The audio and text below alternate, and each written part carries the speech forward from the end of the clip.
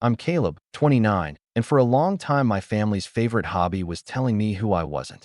You're a good kid, but you don't finish things, my dad would say as he handed my sister, Mara, the keys to his car, just while hers is in the shop. My aunt called me Mr. Almost like it was a nickname I'd asked for. I kept my head down. I worked, I saved, and I told myself people grow out of patterns. Then my grandmother, the only person who spoke to me like I was already the man I wanted to be, passed away, and the patterns sharpened into knives. My grandmother, June, was a quiet kind of strong. She ironed dollar bills before she gave you birthday money. She labeled freezer bags with dates and smiley faces. She was never rich, but she owned her small blue house outright and kept a small nest egg from selling the hardware store after my grandfather's heart attack. She was order and fairness in a world where fair always seemed to have Mara's face on it. During one summer when I was 16, I painted her fence, replaced the kitchen cabinet doors, and together we rebuilt the porch swing. At the end of the week, she nodded at our work and said, "Promise me you'll learn what you want to learn, not what people say is sensible." I promised without fully understanding, then watched her tuck that promise somewhere tender behind her eyes. When she died last year, the house smelled like mint tea and wood polish and the inside of my childhood.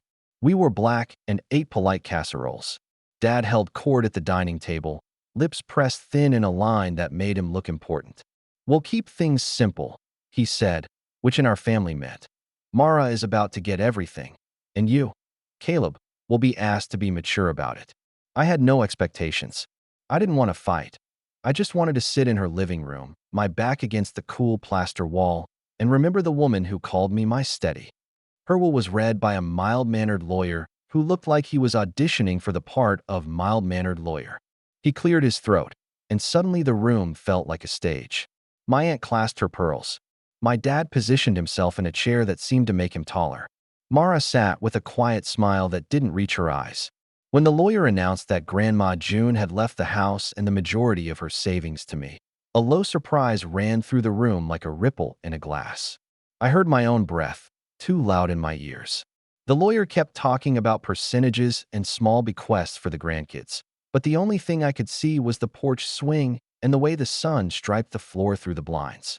Dad's hand found my shoulder, squeezed, and then he laughed a single empty sound. "Caleb, that's unexpected," he said carefully. Mara stared at me like the lights had come up and I was the one caught in the wrong costume. My aunt leaned forward. "June did love your handyman efforts," she trilled, as if the word love in her sentence could retroactively stain my grandmother's decision. What happened after felt like a magician's trick where you think you're watching the right hand, but the left is doing the work. It started with little conversations. Dad called. "We need to figure out taxes, son. You don't want a surprise bill." Mara texted, "Congrats. You should come by. Let's talk about making a plan for renovations."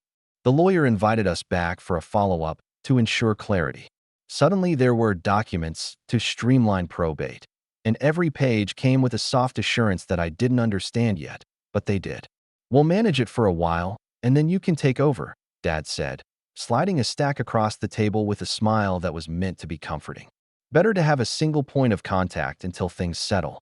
I wish I could say I read each page like a hawk and protected myself perfectly.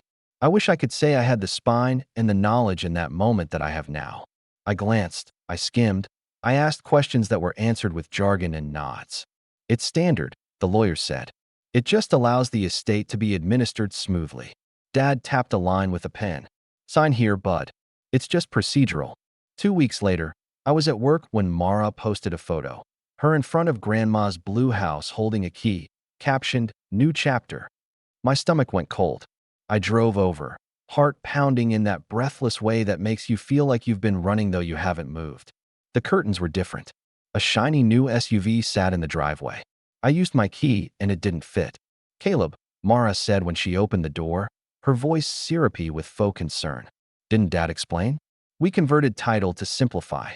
It's in my name temporarily, so we can refinance to do big repairs. You're not upset, are you?" I looked past her into the hallway where a framed cross-stitch grandma had made now hung crooked. "Temporarily," I repeated. "Don't make this a thing," she said, that smile fixed like a sticker. "You've always been kind of impulsive. Dad said you'd panic. You'll thank us when it's all updated and worth more. You wouldn't have known what to do with it anyway. That line, you wouldn't have known what to do with it, found a small sharp place inside me and lodged there. I called the lawyer. He was all apologies without solutions. Your father requested this structure. You signed the authorization. Mara has been designated as the executor for efficiency. The word efficiency kept coming up, as if I had been the slow-moving part that needed to be bypassed. When I brought it up to Dad, he didn't even look ashamed. You would have wasted it, Caleb, he said, turning back to a game on the TV. You buy gadgets and then get bored. Mara has a plan. Besides, we're your family. It's all the same pocket. I didn't give you my pocket, I said. He didn't respond. He just turned the volume up a notch like the conversation was some draft he could drown out. Something in me broke and set that day. Not like a bone splinted in a cast, but like a tree scar that grows around a wound and holds it forever. I stopped going to family meals. I stopped picking up calls. The house sold 6 months later for more than I could have imagined. Mara posted a photo from a kitchen I'd never stood in, holding a glass of champagne. Dad commented, "Proud of you, kiddo. Making grandma's legacy into something real." I sat on the floor of my one-bedroom apartment with a cardboard box of my grandmother's things that they hadn't bothered to claim because they weren't worth money. Crocheted pot holders, a jar of buttons, a folded recipe card with Caleb's favorite written at the top. And I decided I was done pleading for seats at tables where people pull the chairs out from under me. I worked. At first it was ugly and scrambling. I took contract jobs, handyman work, yes, but I also learned electrical basics, small engine repair, and then an odd pivot into mobile systems. A guy I met at a job was converting a delivery van into a camper, and he needed someone who could figure out how to fit a whole life into 20 feet of metal. I loved it. It felt like fixing the world to scale with my 2 hands. One van became 2, then a referral to a small shop that specialized in bigger builds. I spent evenings watching videos on battery management systems, marine-grade wiring, diesel heaters. I learned how to make a bed lift into a ceiling. I can still feel the satisfaction of fitting a custom drawer so tight it hushed when it closed. There's a different kind of quiet you get when you decide your life is yours. It's not bitter, though bitterness knocks sometimes. Asking to be let in, it's direct. I saved every extra dollar. I ate riverbank sandwiches and took showers at the shop. I made a list of everything I didn't know, and one by one I learned it. I failed a lot in ways no one saw. The builds got cleaner. The shop started letting me spec projects instead of just installs. The first time a client picked up a rig we designed and cried happy tears, I had to pretend I had dust in my eye. It's funny how a path can curve towards something you didn't know you were aiming at. The more I built, the more I wanted to build something for myself. Not to run away, but to stand in. I started sketching out what my house on wheels would be if I had the chance. Not a van, not a basic motorhome, but a rolling lesson plan for everything I'd learned. The kind of rig that takes a map and makes it smaller. I didn't talk about it. I just added a line in my budget. Future. The shop owner laughed when he saw it. Future, he said, tapping the spreadsheet with a pen. Dream big, heart. Last winter, the shop landed 3 big contracts, the kind of jobs that keep the lights on for a year. The owner called me into his office, closed the door, and said, "You've earned a piece of this." It wasn't a windfall, but it was proof that the world sometimes shook your hand back when you reached out honestly. I took my percentage, added it to Future, and found a listing I'd been staring at for months. A top-of-the-line diesel pusher, low miles, meticulously cared for, priced like a dare. It was the kind of rig that lives in those highway daydreams, the kind you only see in glossy brochures. I ran the numbers 3 times. It was absurd. It was also exactly the test I wanted to pass. I bought it. People who don't live on wheels don't understand what an RV like that really is. It's not just a living room and a bed bolted to an engine. It's a cathedral of systems, solar panels that drink the sun and whisper it into batteries, inverters that turn stored light into hot showers and coffee, watertight compartments built like puzzles, hydraulic levelers that tuck a home into balance on the side of a mountain. It's a place you measure not by square feet, but by the way you can sit at the table and hear the rain on a roof that is yours and know you could drive to the ocean by morning. I spent a month making it mine in ways that wouldn't be obvious to someone who thinks house means foundation. I named it quietly, an old habit from childhood, when I named bikes and skateboards. I tuned the ride, upgraded the batteries, rerouted the freshwater lines so they wouldn't freeze, sanded down a tiny scratch, and clear-coated it until it looked like a mirror. I stitched a small patch into the back of the couch pillow, a smiley face in yellow thread, like Grandma used to draw next to dates. I told no one. Then in late spring, I got a text from my cousin with a photo of a long picnic table under string lights and the caption, "Family gathering next month. Mara says you're invited too." The words felt like being CC'd on an email by accident. I stared at the screen for a long time. There was a part of me that wanted to decline out of habit. Another part, a newer muscle, flexed instead. I looked out past the windshield of my parked rig at the river shining like a pocket knife and said out loud, "Okay." The day of the gathering was warm with a breeze that kept rearranging the scent of barbecue and cut grass. It was at a rented pavilion near the old fairgrounds, the kind of place with painted picnic tables and a sign-in chalkboard where people draw hearts around dates. Kids chased a soccer ball squealing, and the adults clustered in circles that looked like parentheses. Mara stood near the coolers in a summer dress that said effortlessly put together. Dad wore his salmon-colored polo that he breaks out for events where he imagines he might be asked for advice. They saw me before they saw what I'd driven. I parked down the road behind a line of cars, so high and square it made every taillight look like an afterthought. When I stepped out, there was the quick hush that comes from old stories brushing up against new facts. Mara recovered first.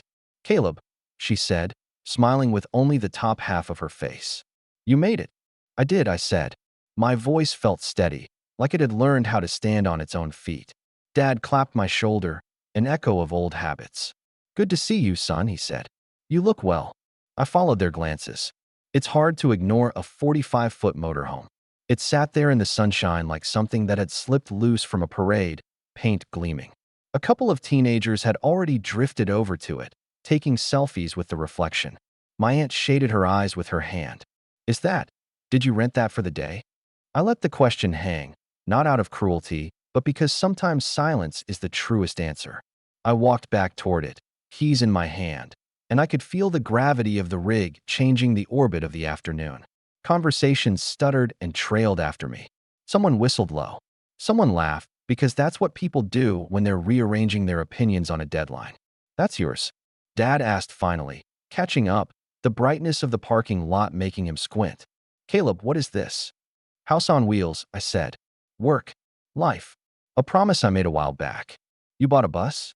Mara said, voice a little too loud, like she was trying to fill the space before anyone else could. "What did you do?" "Win the lottery." "This is ridiculous. You can't even drive something like that." I smiled small. "Turns out I can." "What are you trying to prove?" she pressed, words quickening. "You always go overboard with gestures. You could have gotten a normal place. You think buying some giant contraption makes you responsible?" "Responsible isn't a purchase," I said. "It's a way of carrying things." Dad crossed his arms. "If this is about the house." "It's not," I said, and for the first time I realized it was partly true. The house had been the match. This was the firewood I had stacked, carefully, day after day, until I knew exactly how it would burn. They were all watching now. Cousins, aunts, uncles. Even the kids slowed, their game drifting off the field as if pulled by an unseen tide. I pressed the key fob, and the coach lights blinked in a calm hello. The door hissed when I unlocked it, air releasing like a breath. My hands didn't shake. There are moments when your life is a set of lines converging, and you can feel the geometry of it, the place where what you've built meets what they believed about you. "Why don't we take a look?" I said, and the words were simple. But the look on Mara's face tilted from amused to something more like calculation. She glanced at Dad, and they both started forward, their curiosity sharper than their skepticism. You could feel the whole family leaning in, people whispering like the air itself was made of questions. I reached up, pulled the handle, and opened the door to my home. The stairs folded down with a soft hydraulic thrum. Cool air drifted out, carrying the smell of cedar and coffee. A shape moved inside, and a voice, familiar, unmistakable, and impossible to ignore, floated down from the top of the steps. "Hello, everyone. It's been a long time." The voice that came from inside my rig pulled time tight, like a drawstring. I knew that voice the way you know a song you grew up hearing on Sunday mornings, without remembering when you learned it. Mara's step faltered. Dad's chin tilted the way it does when he's calculating whether to smile or scold. I stepped aside as the door finished its hiss, and there she was at the top of the stairs. Evelyn Hart, my grandmother's best friend since high school.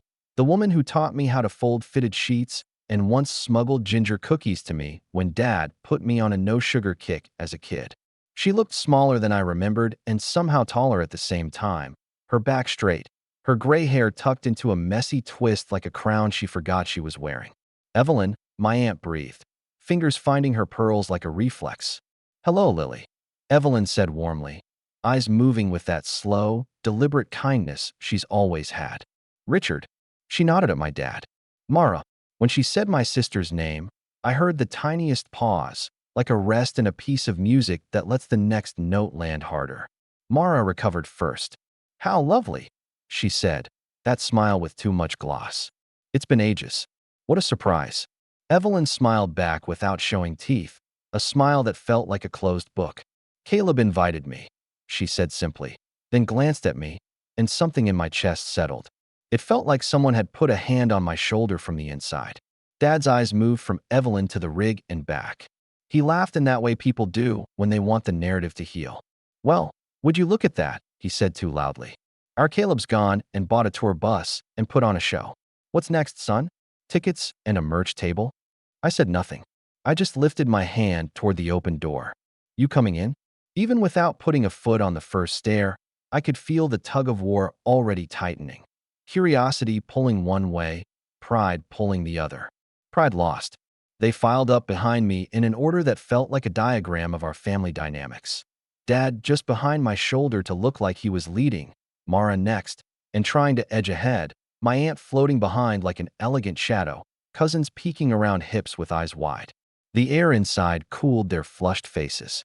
I watched their expressions change as they took in the cedar-lined entry, the soft glow from the recessed lights, the living room that didn't feel like a vehicle so much as a very intentional small home.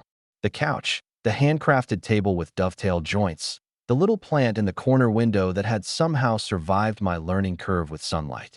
"Smells like June's pantry," my aunt blurted, hand on her chest. I had lined one drawer with her sachets. Apparently, even the air remembered. Mara skimmed surfaces with her eyes like a cat checking for dust. "It's nice," she said finally, a concession issued like a parking ticket. Dad did a slow turn that landed on the control panel. Touchscreen, labeled circuits, the kind of layout you learn with your hands. He squinted at it. "What do you need all this for?" he asked, then answered himself. "Overcomplicated. You always do this, Caleb. You make everything a project." "Projects turn into skills," I said. "Skills turn into choices." I didn't add, "Some people prefer their choices made for them."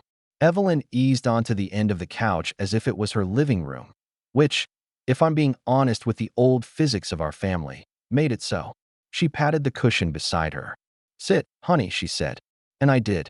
She reached for the small bag at her feet, a square of dark blue canvas with frayed handles and a stitched patch in the corner, a yellow smiley face. She caught my look and winked. "Found this in my closet. Thought I'd return it to its rightful home." I felt the past and the present braid together.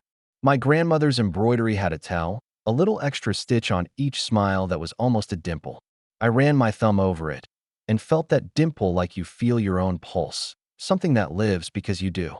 Mara crossed her arms and leaned against the opposing cabinet, posing like a magazine ad for dismissal.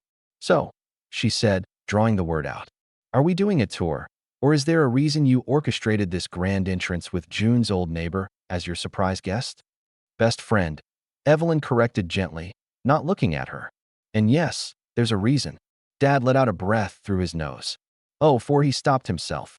He was trying to calculate whether looking annoyed would make him look like the bad guy. "Whatever this is," he continued, palms raised, "say it straight." Evelyn didn't rush. She lifted a slim wooden box out of the bag, the wood the color of warm honey, the edges worn smooth from fingers that had touched it 100 times.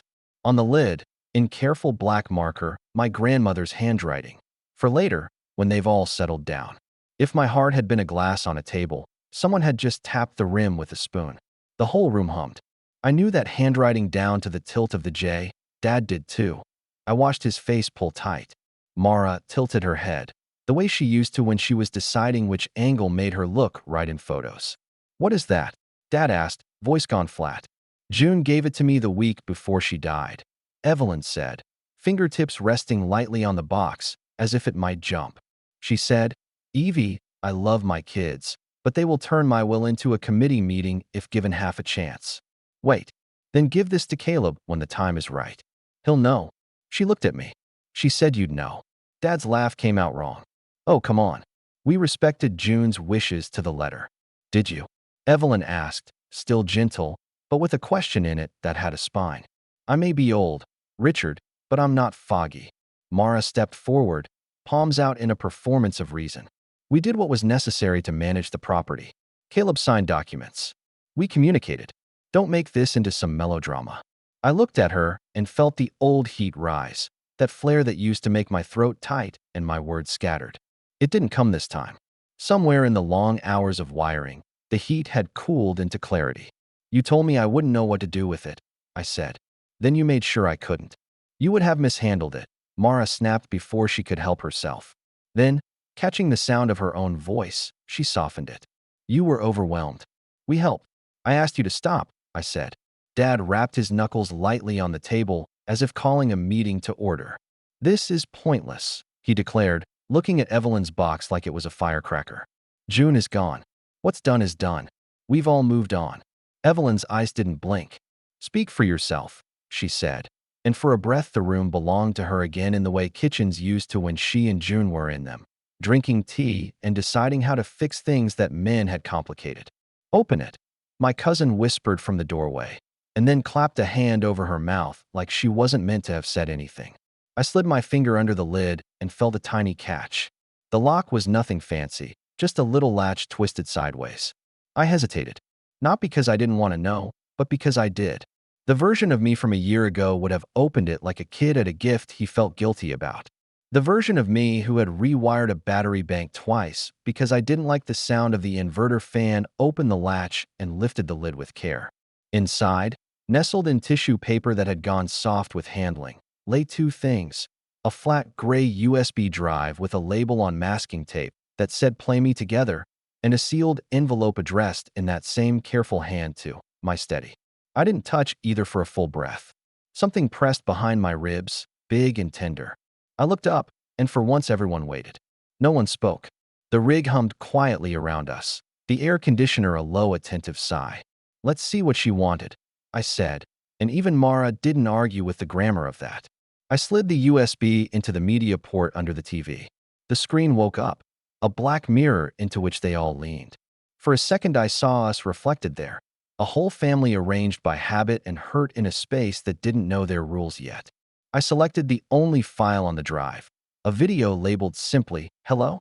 Caleb," Dad said, his voice careful now, like a man negotiating with a dog he isn't sure will bite. "If this is a private note, maybe we should." "It says play me together," I said. Together means together. Evelyn's head tilted like she was listening to something I couldn't hear. "She was very clear about that part," she murmured. The screen flickered from black to light and then resolved into my grandmother's face. Not the fragile face from the last week, but the June who taught me how to fix a hinge with 3 different screws because the door needs to remember how to behave. Eyes bright, hair set, the hint of a smile that meant she'd rehearsed and then decided to just tell the truth. She was sitting at her kitchen table, the one with the burn mark from the time I set a hot pan down without thinking. A mug sat in front of her with a tea bag tag heavy on the rim. There was a little hum on the audio, the sound of the fridge motor I had replaced for her on a Saturday when I should have been studying for an exam. "Hello, my loves," she said, voice filling the room of my home and, for a second, the whole of my life. "If you're watching this, you've done some things I predicted and, I hope, some I didn't. Forgive me for being direct. We've always been a family that praised manners when we should have practiced honesty." Dad looked as if someone had reached up and adjusted the brightness on his face. Mara lowered herself into the accent chair like the legs had gone uncertain under her. My aunt pressed her lips together, the way she does when she's keeping grief from spilling out beneath her lipstick. June went on. "I made some choices with my will, not to punish, but to correct a tilt I've watched for many years. I gave the house to Caleb because he listens to Wood. He hears where the squeak comes from and why. That kind of listening translates to people, even if your father has sometimes preferred to call it something else. Dad's name was there without being said, and you could feel him flinch at its outline. He tried on a small smile, took it off. Richard, she said then, using his name out loud like a held hand and a smack all at once. You are a good man who has mistaken decisiveness for wisdom. It has served you at work. At home, it has made you confusing to love. It was as if the temperature inside the rig changed by a single precise degree. The cousins were still now, breath caught in the webbing of the moment. Outside, life went on. Kids shouted near the field, someone cracked a soda, but in here the world had tucked in to listen. June took a sip of tea and continued. Mara, my brilliant magpie, you collect shiny things, achievements, applause, rooms. I respect your hustle. But hustling your brother is not the same as building a life. There is a difference between strategy and theft. I'm guessing you had help reading this to him. Mara made a small sound, half laugh, half breath. This is, she started, and then stopped, because even she couldn't finish the sentence without stepping into a room where the floor had been removed. June's eyes softened, and I realized she wasn't performing this for the camera. She was talking to us like we were already interrupting with our objections. I'm not here to argue with the past, she said. I am here to tuck a few things into the future. In the envelope, my steady, you'll find some instructions and a key.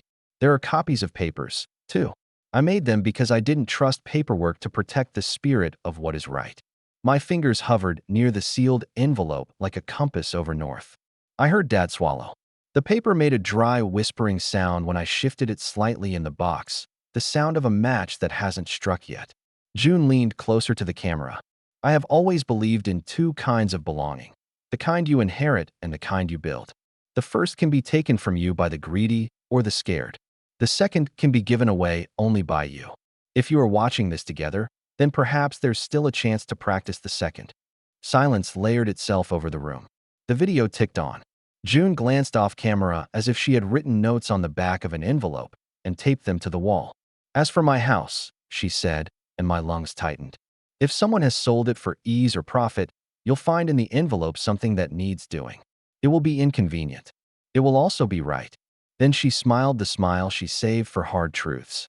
And if you have not, well, you may ignore me on this one occasion and make yourselves a sandwich.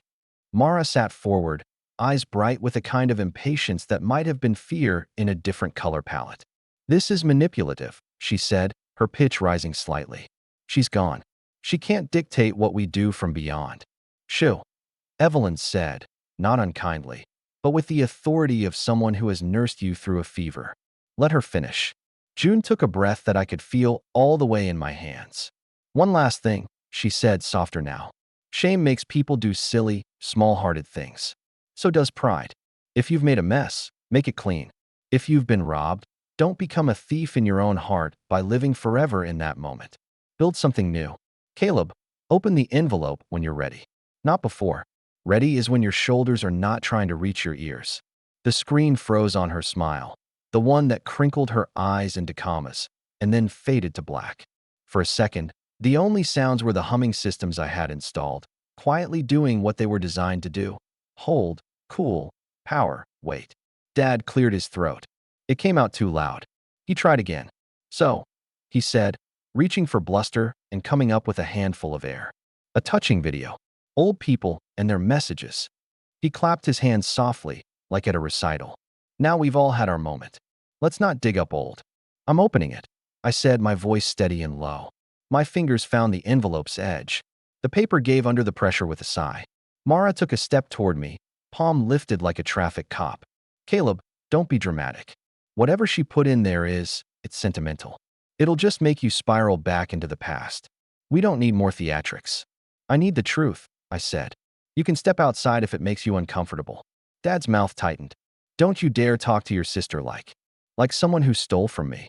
I asked, and the room, already small, seemed to press in, everyone's eyes darting like minnows. I wasn't shouting. I didn't need to.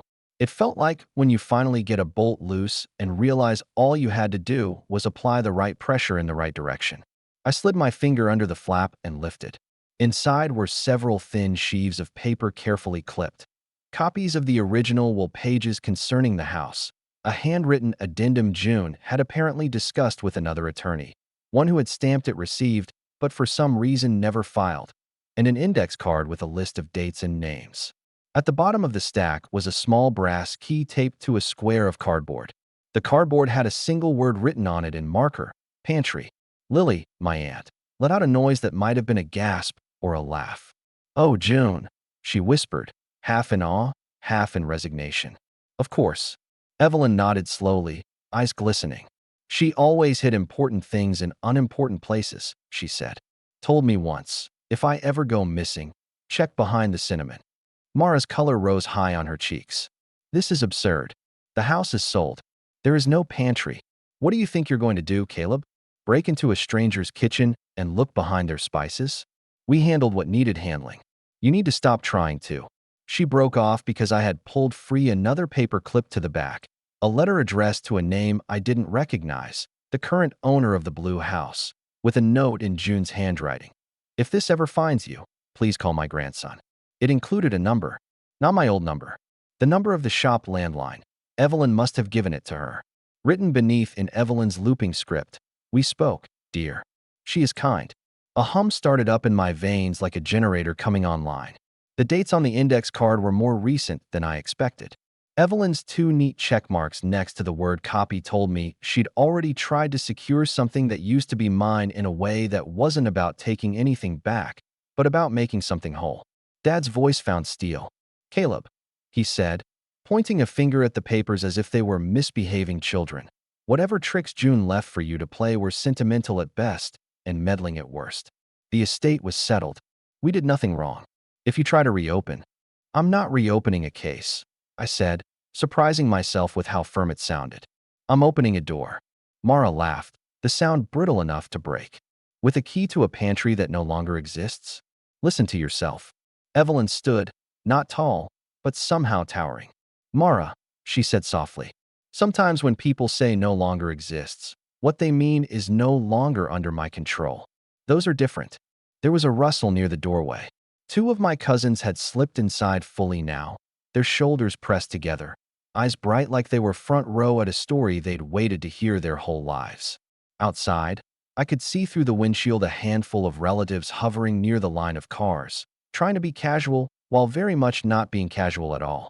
I looked down at the papers again, and then back up at the faces I knew better than my own when I closed my eyes. Dad with his jaw set to stubborn, Mara with her eyebrows arched to forward, my aunt with her chin tilted back to keep tears from falling. I felt, as clearly as I have ever felt anything, the weight of the next choice. Not just for me, but for the room. There are moments when a family story is a piece of wood on a workbench, grain running one way, the temptation to cut across it because you're tired or mad or both. And then there's the other way, the one that requires sharp tools and patience and leaves you with something that can hold weight. I slid the brass key into my pocket. It was warm now from my hand. I picked up the phone mounted by the panel, dialed the number on the letter with the kind of care you use when you're fixing something delicate, and pressed the speaker button so the room could hear the line begin to ring. Mara's head snapped up. "Caleb, don't," she started, her voice pitched with an urgency I hadn't heard since we were kids, and she was the one afraid of thunder. The line clicked. A woman's voice answered, bright, wary. "Hello." I swallowed, my mouth dry as paper. "Hi," I said, hearing my own voice carry through my home and into whatever room she was in. "My name is Caleb Hart. This may sound strange, but I believe you live in a blue house that used to belong to my grandmother, June. She may have left something behind for me in your pantry." There was a pause, the kind full of 100 little calculations on the other end of the line. In the rig, everyone leaned forward without meaning to. I could hear the distant echo of a television wherever she was, the clatter of a spoon set gently on a saucer, a dog shaking its collar. "Yes," the woman said finally, in a tone that made the hair on my arms lift. "I was told you might call one day. I think I know exactly what you're talking about." Every eye in the room swung to me. Dad's hand tightened on the edge of the table. Mara's fingers trembled where they rested on the cabinet, a tiny vibration no one else would have noticed if they weren't used to reading earthquakes in her manicure. "Could I come by?" I asked, feeling each word land like a nail set properly. "With a few people who need to see it?" Another pause. Then, "I'll put the kettle on," she said. But you should know, when I found it, I didn't open it. The note on it said, "For Caleb, when he is ready." It's heavy. She hesitated. Heavier than it looks. The call ended with a promise to text an address. The room remained in that suspended place, air thick with all the unsaid things swarming like midges at dusk.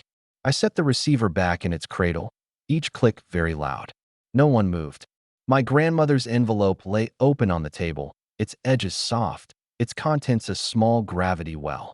Mara opened her mouth, closed it, then forced out a laugh that didn't make it to her eyes. "So what?" she said, pushing the words like a cart with a bum wheel. "We all pile into your house bus and go on a field trip to shake a stranger's spice rack. This is ridiculous." Evelyn looked at her kindly in the way that can feel like a spotlight. "Sometimes," she said, "the ridiculous thing is the only honest thing left." Dad finally found a piece of ground. "Over my dead body," he muttered, low and sharp. I stood, feeling the engine I had rebuilt beneath my feet like a sleeping thing ready to wake. I looked at all of them and, for once, didn't try to guess their reactions before they had them. "I'm going," I said, and then I looked at my aunt, at my cousins hovering like question marks, at Mara whose certainty was suddenly a costume with the zipper stuck, at my father who had built himself whole out of being unquestioned. "You can come," I added, and it wasn't an invitation so much as a door propped open. And as the first foot lifted toward the threshold, whose, I couldn't yet tell, the rig's door, still ajar, caught a gust and swung wider with a soft thud. Outside, a cluster of relatives had gathered, their faces a collage of shock, curiosity, and something else I recognized far too late. Because stepping out from behind them, eyes sharp and lips pressed into that familiar line that always meant trouble was about to be packaged as logic, was the one person I hadn't expected to show up at all after years of silence. "Hello, Caleb," my mother said from the sunlight, her voice smooth as the back of a spoon. "I hear we're going on a little drive." My mother's arrival sucked the air right out of the rig. She hadn't spoken to me since the will reading debacle years ago, the day she'd stood silently behind Dad and Mara while they shuffled papers under the excuse of efficiency. Back then, her silence felt like betrayal painted in soft pastels. Now, as she stepped closer with that deliberate calm she always wore in arguments, it looked like a mask stretched too thin. Of course she shows up now, I thought, pulse drumming in my ears, when the truth is about to break open. "Mom," I said carefully, "why are you here?" "To support my family," she answered smoothly, eyes darting toward Mara. "I heard you were making a spectacle. I thought you could use a steady voice to bring reason back into this." Reason. That was her word for everything she didn't want to confront. Reason when I asked why Mara's mistakes were forgiven, but mine were magnified. Reason when I begged for her to stand beside me at the lawyer's office and she stayed seated. Reason when she told me, "Your sister just knows how to handle things better." But here's the thing about reason. Once you've built your own foundation, their version of it doesn't stick anymore. I didn't answer her. Instead, I turned the key in my pocket over once, twice, letting its weight remind me that what came next wasn't about her comfort. It was about my grandmother's truth finally standing in the light. "I'm going," I repeated, this time louder so the cousins at the door could hear. "Anyone who wants to see what June left for me is welcome. The rest can stay behind." For a moment, no one moved. Dad's arms were crossed, jaw clenched. Mara's eyes flickered, trying to calculate which mask to wear. My mother's face tightened just slightly at the edges, a crack in her porcelain calm. Then Lily, my aunt, the one who had looked half in tears when June's video played, stepped forward. "I'll go," she said softly. "June was my sister. If she left something behind, I want to see it." That broke the dam. Two cousins shuffled in behind her, whispering, "We're coming too." Evelyn stood, put her hand on my arm, and nodded like she'd been waiting for this turn in the story. Mara sputtered, "You can't all just run after him like children chasing a scavenger hunt. This is nonsense. A pantry key? A letter? It's sentimental garbage. Grandma loved stories. She probably wanted you to play detective, Caleb. Don't you see she set you up to waste your time?" "Maybe," I said, "but it's mine to waste." Her face hardened, but her words faltered. We loaded into the rig, a strange caravan of relatives sitting stiffly on the couch and dinette as if they weren't sure whether to treat it like a living room or a stage. Dad refused to sit, standing near the door like a guard. Mom perched beside Mara, her hand resting lightly on her daughter's wrist like an anchor. Evelyn sat beside me in the co-pilot seat, eyes out the windshield. The drive wasn't long, but the silence was thick. Every bump in the road rattled unspoken thoughts loose. I kept both hands steady on the wheel. For once, I wasn't nervous about whether they approved of me. I was just getting us where we needed to go. When we pulled up, there it was, Grandma's blue house, painted a lighter shade now. Curtains changed, but still standing with its quiet dignity. The new owner, a woman in her 40s with kind eyes, stood on the porch holding a mug of tea, as if she'd been waiting. "You must be Caleb," she said when I approached. "I'm Nora. Come in." The family spilled out behind me, a mismatched trail of suspicion and curiosity. Inside, the house looked different. Modern furniture, new appliances, but the bones were still there. My chest tightened when I saw the spot where the porch swing used to hang. Nora led us straight to the kitchen. When I moved in, "I found a board in the pantry that looked out of place," she said, opening the narrow door. Behind it, there was a small safe. The note taped to it said only one person should open it, Caleb Hart. So I left it alone. Until today. My hand shook slightly as I slid the brass key into the lock. It turned smoothly, like it had been waiting years for this moment. The safe door clicked open, and inside sat another wooden box, this one larger, heavier. Taped across the top was a final note in Grandma's hand. "Caleb, this belongs to you. Don't let anyone tell you otherwise." I lifted it out carefully and placed it on the counter. Everyone leaned closer. I opened the lid. Inside were 3 neat bundles of cash, a stack of savings bonds, and a folder thick with documents. On top was a letter. I unfolded it. "My steady," it began. "By now you know how your father and sister operate. I didn't hide this because I didn't trust you. I hid it because I didn't trust them. This is the remainder of my savings, the part one refused to let slip through the cracks of paperwork. It is yours, not for houses or cars, but for freedom. Build something that cannot be stolen, your own life. And when you feel the urge to doubt yourself, remember this. Of all my grandchildren, you are the one who listens. Listening is rarer than people think. Never stop." The words blurred through my tears, but the room had gone utterly silent. Dad's face had drained of color. She concealed assets," he muttered, as if trying to reframe the discovery into legal jargon that made it less human. "She protected them," Evelyn corrected, her voice sharp for once. She knew exactly what she was doing.